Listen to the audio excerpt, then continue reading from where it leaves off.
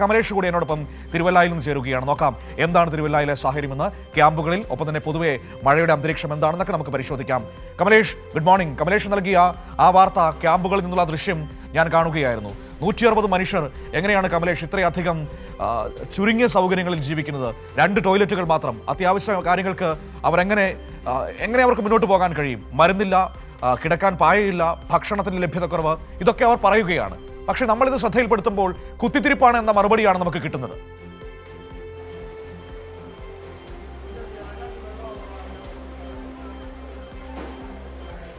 മനു, തീർച്ചയായും ഞാനിപ്പോൾ നിൽക്കുന്നത് ഈ തിരുവല്ല മുത്തൂരിലുള്ള SNDP ഓഡിറ്റോറിയത്തിലാണ്. ഇപ്പോൾ നമ്മൾ പ്രേക്ഷകർക്ക് കാണിച്ചു കൊടുത്തിട്ടുള്ള ഈ ദൃശ്യങ്ങളിൽ കാണുന്ന അതേ ക്യാമ്പിലാണ് ഞാനിപ്പോൾ നിൽക്കുന്നത്. ഏതാണ്ട് ഈ പെരിങ്ങര പഞ്ചായത്തിലെ 5ഉം 6ഉം വാർഡുകളായിട്ടുള്ള പന്നിക്കുഴി, ചാലക്കുഴി എന്നീ സ്ഥലങ്ങളിലെ ആളുകളാണ് പൂർണ്ണമായും വീടുകൾ വെള്ളത്തിനടിയിലായി ഒന്നും എടുക്കാൻ പറ്റാതെ അല്പം തുണികൾ മാത്രം വാരിക്കെട്ടി ഓടി വന്ന ആളുകളാണ് ഇവിടെ ഇരിക്കുന്നത്.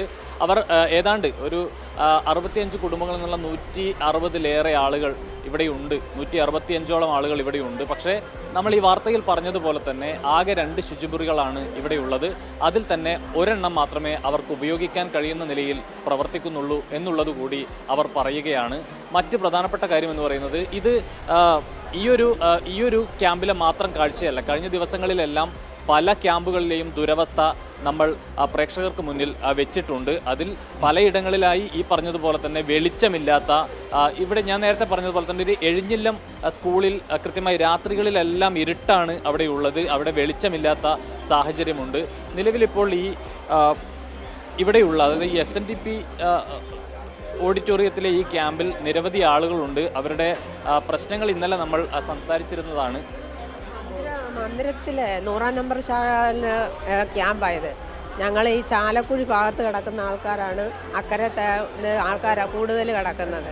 ഞങ്ങളുടെ അവിടെയൊക്കെ വഴിയിൽ വരെ വെള്ളമാണ്. ആ വെള്ളം എന്തെങ്കിലും ഞങ്ങൾക്ക് സഹായം ചെയ്യാൻ പറ്റുമെന്നുണ്ടെങ്കിൽ ഞങ്ങളുടെ വഴി ശരിയാക്കി തരുമോ, അല്ലെ ഞങ്ങളുടെ പറമ്പിൽ മണ്ണടിക്കുക, അങ്ങനെയുള്ള ഒരു ചെറിയ സഹായങ്ങളൊക്കെ ഞങ്ങൾക്ക് ചെയ്ത് കിട്ടുവാണെങ്കിൽ വലിയ കാര്യമാണ്. കാരണം ഞങ്ങൾക്ക് ഇച്ചിരി വെള്ളം വന്നാൽ പോലും ഞങ്ങൾക്ക് വീടുകളിൽ താമസിക്കാൻ പറ്റത്തില്ല.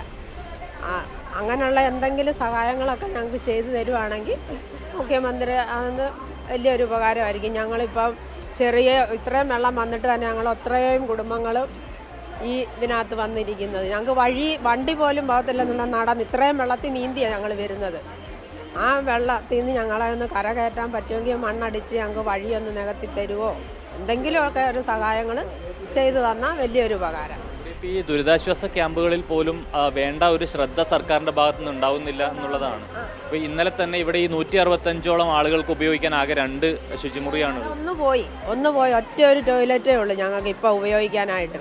ആ ഒരു ഇത്രയും ആൾക്കാർ ഞങ്ങൾ അതിനകത്ത് കഴിയുന്നത് ഭയങ്കര ബുദ്ധിമുട്ടെന്ന് പറഞ്ഞാൽ ഭയങ്കര ബുദ്ധിമുട്ടാണ്. ഞാൻ ഇന്നലെ ഞാൻ ഇന്ന് ഈ സമയം വരെ ഈ ഡ്രസ്സിൽ തന്നെയാണ് നിൽക്കുന്നത്. ഞങ്ങൾക്ക് അതിന് സാധിച്ചിട്ടില്ല. കാരണം അതിനകത്ത് ഒന്നെങ്കിൽ വെള്ളം കാണത്തില്ല, പിന്നെ അതിനകത്ത് ആൾക്കാർ കയറി നിറഞ്ഞു കിടക്കുന്നതുകൊണ്ട് നമുക്ക് പോകാൻ പറ്റത്തില്ല. ഞാൻ ഇന്നലെ ഇവിടെ വന്നതാണ്. ആ ഡ്രസ്സിൽ തന്നെ ഞാൻ ഇപ്പം നിൽക്കുന്നത്. കാരണം പോകാൻ പറ്റിയിട്ടില്ല. ഞങ്ങൾക്ക് അങ്ങനെയുള്ള ബുദ്ധിമുട്ടുകളാണ്. ഒരു ടോയ്ലറ്റോ അല്ലെ ഇവിടെ ടോയ്ലറ്റൊക്കെ കൊണ്ട് വെച്ച് തരുന്ന നമ്മുടെ റെഡിമെയ്ഡായിട്ടുള്ള ഇതൊക്കെ ഉണ്ടല്ലോ, അങ്ങനെയുള്ള ഒരു ചെറിയ സഹായമെങ്കിലും ഞങ്ങൾക്ക് കിട്ടുവാണെങ്കിലും അതും ഒരു വലിയ ഉപകാരം. ഇന്നലെ തന്നെ അത് അങ്ങനെ ആവശ്യം ഉന്നയിച്ചിട്ടുണ്ട്, പക്ഷെ അത് പരിഗണിച്ചിട്ടില്ല ഇതുവരെ. ഇല്ല, അത് പരിഗണിച്ചിട്ടില്ല. പിന്നെ ഞങ്ങൾക്ക് കുട്ടികൾക്കാണ് ഇടാനുള്ള ഡ്രസ്സുകളോ അങ്ങനെ എന്തെങ്കിലും കിട്ടിയാൽ, ഞങ്ങളുടെ പിള്ളേരൊക്കെ ഇഷ്ടം പോലെ പിള്ളേരുണ്ട്, പ്രായം ചെന്ന ഈ തള്ളമാരൊക്കെ ഉണ്ട്. അവർക്കൊക്കെ ആണെങ്കിലും ഒരു ഡ്രസ്സോ അല്ല ഒരു ഷീറ്റോ അങ്ങനെയുള്ള എന്തെങ്കിലും ഇതുവരെ ഞങ്ങൾക്ക് അങ്ങനെയുള്ളതും കിട്ടിയിട്ടില്ല. ഇന്നലെ തന്നെ ഈ കടകളിലൊക്കെ പോയി മറ്റേ ഗാർഡ്ബോർഡ് പെട്ടികളൊക്കെ എടുത്തു തന്നെ. ഇപ്പം ഇതിനകത്ത് കാണാം ഞങ്ങൾ കിടക്കുന്നുണ്ടോ, കാർഡ്ബോർഡ് വിരിച്ചാണ് ഭൂരിപക്ഷം ആൾക്കാർ കിടക്കുന്നത്. സാറ് ഇങ്ങനെ നോക്കിയാൽ എല്ലാ വിവരങ്ങളും ഇതിനകത്ത് കാണാം. കാർഡ്ബോർഡിനകത്താണ് ഞങ്ങൾ കിടക്കുന്നത്. ആണ്ടടി ഈ കുഞ്ഞുങ്ങൾ കുഞ്ഞുങ്ങളെയും കൊണ്ട് കഴിയുന്നവരാണ് ഇവരെല്ലാം. കൊച്ചു കുഞ്ഞുങ്ങളെയും കൊണ്ട് കഴിയുന്നവരാ. അവർക്കൊക്കെ എന്തെങ്കിലുമൊക്കെ സഹായം വേണ്ട. ഒത്തിരി പ്രായം ചെന്ന അമ്മമാരാണ് അതുകൊണ്ട് ഈ നിൽക്കുന്നത്. അതുകൊണ്ട് വയ്യാത്ത ഒരു അമ്മയുണ്ട്, അവിടെ കിടപ്പുണ്ട്. പിള്ളേർക്ക് പാമ്പേഴ്സ്, ഡൈപ്പർ അങ്ങനെയുള്ള സാധനങ്ങളൊക്കെ ഞങ്ങൾക്ക് കിട്ടാനുണ്ട്. ഒന്നും ഇതുവരെ ഞങ്ങൾക്ക് അങ്ങനെ കിട്ടിയിട്ടില്ല. ഒന്നോ രണ്ടോ എണ്ണം കിട്ടിയിട്ട് വല്ല കാര്യമുണ്ടോ കൊച്ചുങ്ങളെയും കൊണ്ട്? അങ്ങനെയുള്ള സാധനങ്ങളൊക്കെ ഞങ്ങൾക്ക് കിട്ടാൻ കിടക്കുക. ഒത്തിരി സാധനങ്ങൾ ഒന്നും ഞങ്ങൾക്ക് ഇതുവരെ ഉള്ള ഇത് കിട്ടി. ഞങ്ങളെല്ലാം ബേസ് ബോർഡിലാണ് കിടക്കുന്നത്. അതുകൊണ്ട് ഈ പ്രായം ചെന്നുകൊണ്ട് ആ അമ്മയൊക്കെ കണ്ടോ പ്രായം ചെന്നിരിക്കുന്നത്. ഇവരെയൊക്കെ ഞങ്ങൾ പറയാം ഒത്തിരിയൊന്നും വേണ്ട, ഒരു തൽക്കാലം ഒന്ന് കിടക്കാനുള്ള ഒരു ബെഡ്ഷീറ്റെങ്കിലും ഞങ്ങൾക്ക് കിട്ടിയാൽ നല്ല കാര്യം.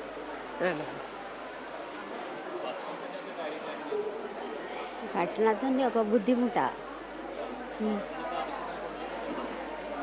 ഇല്ല ഇല്ല പോകാൻ ബുദ്ധിമുട്ടാണ്. ഭയങ്കര വെള്ളമാണ്. അത് കാരണം ഭയങ്കര പാടാണ്. അത് കാരണം പോകാതെ ഇങ്ങനെ നിൽക്കുക. വില്ലേജ് ഓഫീസർ നമുക്ക് ഭക്ഷണത്തിനെല്ലാം കൊണ്ട് തരുന്നുണ്ട്, എന്നാലും തികയത്തൊന്നുമില്ല. പിന്നെ അതിലൊക്കെ ഞങ്ങൾ അഡ്ജസ്റ്റ് ചെയ്ത് പോകുന്നു. ഇപ്പം ഞങ്ങൾക്ക് വേണ്ടി ഇത് പെണ്ണുങ്ങൾക്കാണെങ്കിൽ നൈറ്റ് ഇടാനില്ല, വീട്ടിലോട്ട് പോകാൻ വയ്യല്ലോ, ഷീറ്റില്ല, ബാത്റൂം സൗകര്യമില്ല. ഇതൊക്കെയാണ് ഞങ്ങൾക്ക് ഇപ്പോൾ മെയിനായിട്ട് വേണ്ടിയത് ഇവിടെ. ഷീറ്റൊന്നുമില്ല പുതയ്ക്കാൻ, ഭയങ്കര ബുദ്ധിമുട്ടാണ്. കൊണ്ടുവന്ന തുണിയെല്ലാം മിഷിഞ്ഞ് ഒന്ന് കുളിക്കാനും നനയ്ക്കാനും നിവൃത്തിയില്ല. എവിടെ ഞങ്ങൾക്ക് വെള്ളമുള്ളിടത്ത് പോകാമെന്ന് വന്നിട്ട് മോഹം ഇടത്തുമില്ല പോകാൻ. വെള്ളമല്ലേ പോകണ്ടെന്ന് പറഞ്ഞു. അതുകൊണ്ട് എനിക്ക് എടുക്കാനും ഒന്നുമില്ലാതെ കണ്ട് ബുദ്ധിമുട്ടുക. ഞാൻ അവനോട് പറഞ്ഞാ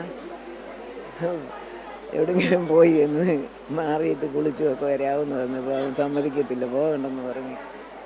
അങ്ങനെ മനു, അങ്ങേയറ്റം ദുരിത കാഴ്ചകൾ തന്നെയാണ് ഈ ക്യാമ്പുകളിൽ ഉൾപ്പെടെ നമുക്ക് കാണാൻ കഴിയുന്നത്.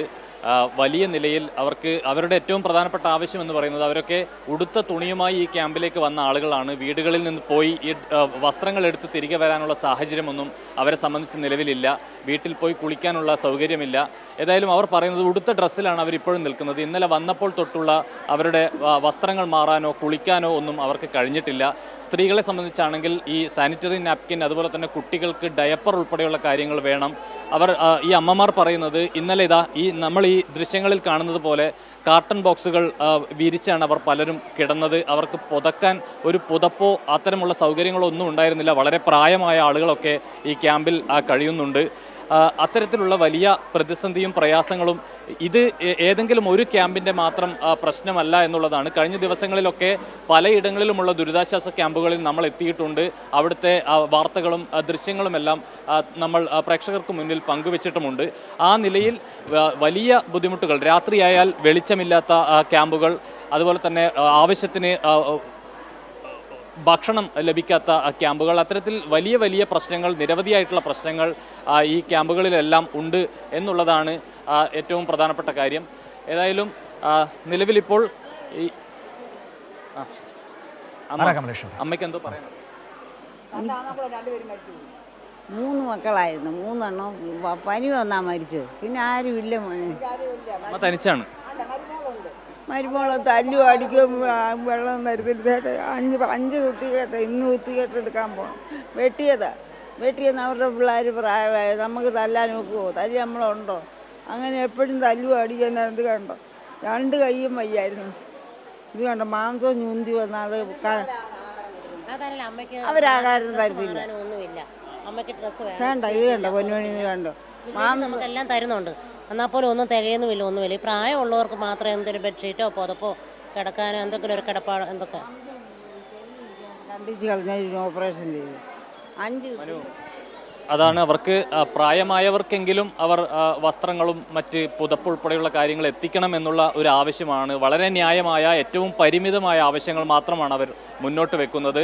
അവർക്ക് നമുക്ക് ഊഹിക്കാവുന്നതേ ഉള്ളൂ 165ഓളം ആളുകൾക്ക് ഒരൊറ്റ ശുചിമുറി കൊണ്ട് എങ്ങനെ കഴിയാൻ പറ്റും എന്നുള്ളത്. അതുപോലെ തന്നെ കിടക്കാനുള്ള സൗകര്യങ്ങൾ, അത്തരത്തിൽ വിവിധങ്ങളായ പ്രശ്നങ്ങൾ ഇവിടെയുണ്ട്. ഇവിടെ മാത്രമല്ല, ഈ തിരുവല്ല മേഖലയിലുള്ള വിവിധ ദുരിതാശ്വാസ ക്യാമ്പുകളുടെ എല്ലാം സ്ഥിതി സമാനമാണ്. വളരെ ചുരുക്കം ചിലയിടങ്ങളിൽ മാത്രമാണ് ആവശ്യത്തിന് സൗകര്യങ്ങളുള്ളത്. പലയിടങ്ങളിലും അധികൃതരുടെ ശ്രദ്ധ എത്തിയിട്ടേയില്ല എന്നുള്ളത് നമുക്ക് കാണാൻ കഴിയും. ഇത് മനു നേരത്തെ തുടക്കത്തിൽ സൂചിപ്പിച്ചതുപോലെ ഇവരുടെ ദുരിതങ്ങളാണ് ഈ വാർത്തകളായി നമ്മൾ പുറത്തേക്ക് കൊണ്ടുവരുന്നത്. അപ്പോഴെല്ലാം നമുക്കെതിരെ തട്ടിക്കയറാനും അതുപോലെ തന്നെ കഴിഞ്ഞ ദിവസങ്ങളിലൊക്കെ ചില കോൺഗ്രസ് പ്രവർത്തകരൊക്കെ നമ്മളോട് തർക്കിക്കാനും നമ്മളെ അവിടെ നിന്നും വലിയ നിലയിൽ ബുദ്ധിമുട്ടുണ്ടാക്കാനും ഒക്കെ ചിലർ ശ്രമിക്കുന്ന ഒരു സാഹചര്യമുണ്ട്. നമ്മുടെ ഉദ്ദേശം ഒരൊറ്റ ഉദ്ദേശം മാത്രമേ ഉള്ളൂ. ഇത്തരത്തിൽ ദുരിതത്തിൽ കഴിയുന്ന ഉടുതുണി മാത്രം എടുത്ത് സ്വന്തം വീടുകളിൽ നിന്ന് ഓടിപ്പോകേണ്ടി വന്ന മനുഷ്യർക്ക് ഒരാശ്രയം ഉണ്ടാവണം. അവർക്ക് ആവശ്യമായ സഹായങ്ങൾ ലഭിക്കണം. വസ്ത്രം, ഭക്ഷണം, ശുചിമുറി സൗകര്യങ്ങൾ ഉൾപ്പെടെയുള്ള ഏറ്റവും പ്രാഥമികമായ കാര്യങ്ങൾ പോലും പലർക്കും ലഭിക്കുന്നില്ല എന്നുള്ളത് ഒരു യാഥാർത്ഥ്യമാണ്. ഈ ദൃശ്യങ്ങളാണ് നമ്മൾ പ്രേക്ഷകർക്ക് മുന്നിൽ വെക്കുന്നത്. മനു. ഓക്കെ കമലേഷ്, ഞാനത് കണ്ടുകൊണ്ടിരിക്കുകയായിരുന്നു. വല്ലാതെ സങ്കടം തോന്നുന്നു ആ ദൃശ്യങ്ങൾ കാണുമ്പോൾ. നോക്കൂ പ്രിയപ്പെട്ട പ്രേക്ഷകരെ, ഒന്ന് ഓർത്തു നോക്കൂ, പ്രാഥമിക ആവശ്യങ്ങൾ പോലും നിറവേറ്റാൻ കഴിയാതെ നിൽക്കുകയാണ് 160ഓളം മനുഷ്യർ. ഒരൊറ്റ ടോയ്ലറ്റാണുള്ളത്. അവരെങ്ങനെ അവരുടെ ദിവസം മുന്നോട്ട് കൊണ്ടുപോകും? നിങ്ങളൊന്ന് ആലോചിച്ച് നോക്കൂ. നമ്മളാണ് ഈ അവസ്ഥയിൽ പെടുന്നതെങ്കിൽ എത്ര ബുദ്ധിമുട്ടാകുമായിരുന്നു. പ്രിയപ്പെട്ട മുഖ്യമന്ത്രിയോട് നമുക്ക് പറയാനുള്ളത്, അങ്ങ് ദുരഭിമാനം മാറ്റിവെക്കൂ. ഒരുപാട് പ്രശ്നങ്ങളുണ്ട് ക്യാമ്പുകളിൽ, ഇടപെടൂ. ഞങ്ങൾ കുത്തിത്തിരിപ്പിന് വേണ്ടി നൽകുന്ന വാർത്തയല്ല. ആ മനുഷ്യരുടെ വാക്കുകൾ കേട്ടില്ലേ? അവരുടെ സങ്കടങ്ങൾ കാണുന്നില്ലേ? ദയവായി ഇടപെടൂ എന്ന് മാത്രമേ പറയാനുള്ളൂ. മുത്തൂർ SNDP ഓഡിറ്റോറിയത്തിലെ ക്യാമ്പാണ്. അധികാരികൾ ശ്രദ്ധിക്കുന്നുണ്ടെങ്കിൽ, തിരുവല്ലയിലുള്ളവർ അധികാരികൾ ശ്രദ്ധിക്കുന്നുണ്ടെങ്കിൽ അടിയന്തരമായി നിങ്ങളുടെ ശ്രദ്ധ ഈ ക്യാമ്പിലേക്ക് വേണം. അവിടെ പായ കിട്ടാനില്ല, അവിടെ സ്ത്രീകൾക്ക് ഉടുത്തുമാറാൻ വസ്ത്രങ്ങളില്ല, സാനിറ്ററി നാപ്കിൻസ് ഇല്ല, കുഞ്ഞുങ്ങൾക്ക് ഡയപ്പറുകളില്ല, കിടക്കാൻ ഒരു സംവിധാനം പോലുമില്ല. കാർഡ്ബോർഡ് പെട്ടി പൊട്ടിച്ച് നിലത്ത് വിരിച്ചാണ് പലരും കിടക്കുന്നത്. ഒരു ബെഡ്ഷീറ്റ് ഇല്ല പുതയ്ക്കാൻ പോലും. ആവശ്യമുള്ള സൗകര്യങ്ങൾ ഒരുക്കി കൊടുക്കൂ. നമ്മുടെ മനുഷ്യരാണെന്നേ, അവരെ നമ്മളല്ലാതെ മറ്റാര് കാത്തു സൂക്ഷിക്കും? ഒന്ന് ഇടപെടൂ. ഇതൊരു അപേക്ഷയായിട്ട് കരുതൂ. അത് മാത്രമേ ഞങ്ങൾക്ക് പറയാനുള്ളൂ.